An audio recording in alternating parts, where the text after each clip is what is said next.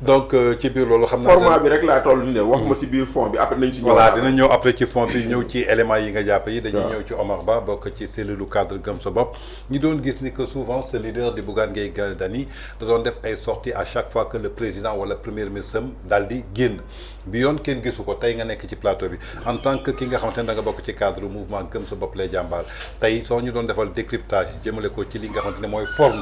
forme discours à la nation bi président def ak le lendemain li nga xamante ne mooy 3 heures d'entretien bi nga xam ne def na ko avec 6 groupes de presse ban lecture nga ñu ciy defal. Tange boo ma may rek balaa nga may ñëw ci discours yi le président de la République à la veille de l'indépendance ak fête indépendance bi dama bëggoon revenir tuuti rek par rapport ak le président Bougane Gueye Dany. Je pense c'est un leader. Il est responsable tey le président Bougane Gueye Dany lépp loo xam ni waroon na ko wax pour les Sénégalais am ci njëriñ tirer ci leçon rek wax na ko ba pare donc tey amututoon importance parce que ki nga xam ne ni moo nekk le président de la République gënam bi tey presque amul lenn loo xam ne ni contenu boo xam ne ni tey war na tax nit ki yàq temps am toog di ci waxaat je pense que c'est inutile foofu lay commencer rek wax ne le président de la République kii Bachir mu ngi ciy wax tout à l'heure dafa perte axe de communication bi ci biir communication bi ndax tey Sénégal fi mu toll tey booy communiquer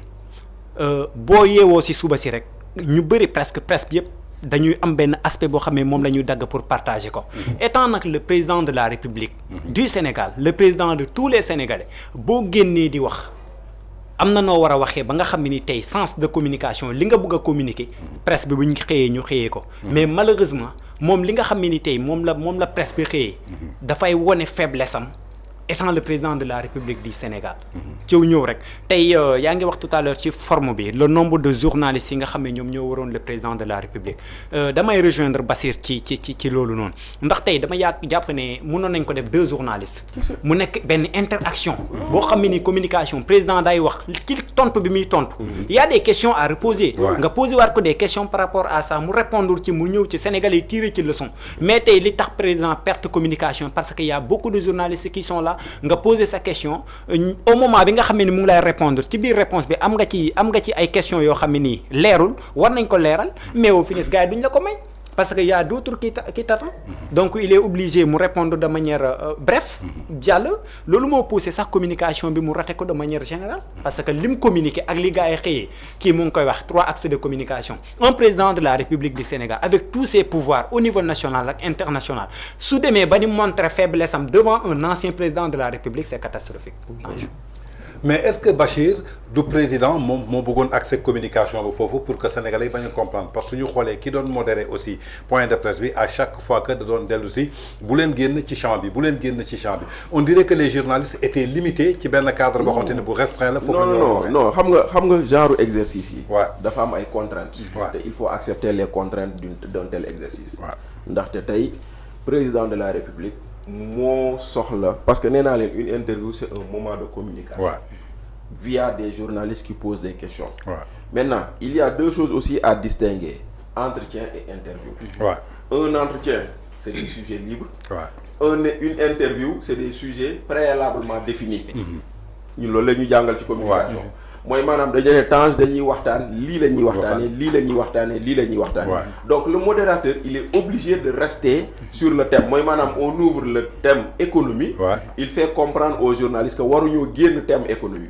donc les questions doivent tourner autour de l'économie d'accord ça ne veut pas dire forcément que les gens avaient préparé leurs questions jox ko président non mais thème bi mooy la ñuy rester donc loolu c'est le rôle du modérateur de faire ça du daal que oui on reste dans le thème on reste sur cet axe-là on parle de diplomatie on reste dans la diplomatie on parle d'agriculture on reste dans l'agriculture etc donc côté boobu noonu amul problème mais encore une fois man format bi moo ma posé problème format bi moo bëri nit parce que format bi bu ñu ko allégé woon il était prévu ou il était possible sur une maximum 1 heure de temps ou maximum 1 heure 30 minutes nga mën a wax l'essentiel que les gens puissent retenir dem parce que xam nga tamit communication dafay mel ni film plus le film est long plus tu te lasses bañ nañ ko ba tey jii nii boo seetloo ñii di def suñu téléfilm yi yëpp boo seetloo maximum ay épisode 30 minutes lañ lay defal parce que au-delà rek tu commences à perdre l'attention de celui qui te suit donc tey jii nii loolu c'est des éléments yoo xam ne nit ñi ñu bëri buñ ko comprendre dañuy xam lu tax ñu war a am une communication maîtrisée, une communication calibrée, une communication normée et bien précise dans le temps. Et malheureusement loolu la ñu gisoon maintenant nag beneen bi aussi tu verras que sur beaucoup de questions le président a survolé, il n'est pas rentré dans les détails. Maintenant bu fekkoonte ne ñaari nit la amul jàkkaarloo woon boo ko surveillé président wax ji fii leerul de est-ce que mënoo ko gën a leeralaat parce que bu taxawee ne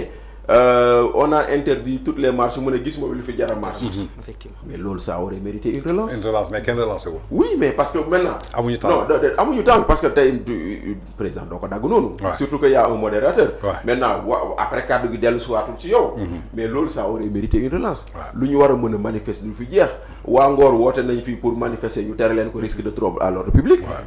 taximan yi manifesté nañ fi ñu tere leen ko. ñeneen ak ñeneen noonu mais loolu yëpp on ne peut pas nous dire que y a rien am gisuñu li fi jar manifestation. donc c'est pour dire que encore une fois c'est le format qui a fait que lu ñu mën a am lu ñu jot a am nii lu néew ci am bon et tout ça aurait mieux été mieux si le format était plus réduit. D'accord donc suñu jógee ci format